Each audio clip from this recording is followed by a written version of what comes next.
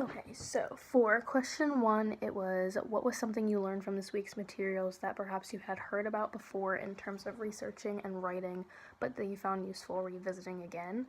I said it was the organizing lit review slides, and it just gave a bunch of different like orders that you can even put your lit review in. So it was like topical, chronological, problem, cause, solution, general to specific, and then specific to general. I had a technical writing class last semester, so I did a lot of writing. Like, basically, the entire class was obviously writing based. And I think we did a lit review, but not like a full one. Like, it was just kind of like a practice. So we didn't actually go over the different types. I feel like we probably did either the chronological one or the problem cause solution. I feel like those seem like they would be more of the common ones, but again, it probably just depends on the type of lit review. And then the muddiest point in your own research process. Where are you stuck struggling?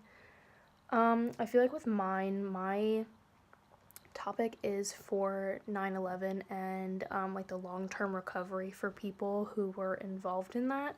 I think the problem that I'm having is like narrowing down my research just because there is so much research on 9/11. So it's really just finding the best articles to use that go with my topic. Just trying to focus more on the counseling side of 9/11 more so than like the actual event. I'm trying to focus more on how it affected everyone and like including the counselors as well, which I mentioned in my other video too.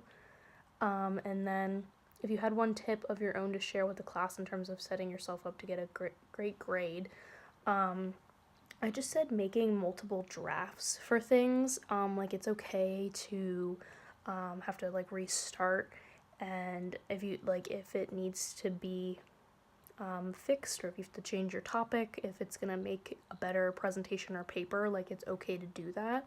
Instead of just like slapping things together and thinking that it's gonna be good.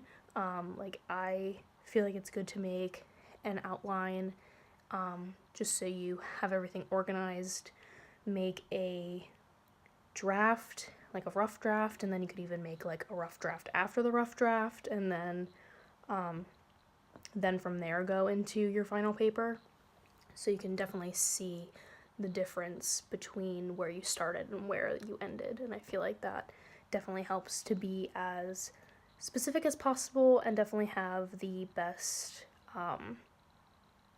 outcome for any type of project. So yeah, I feel like that's it. And I think it'll be interesting to hear everyone else's topics.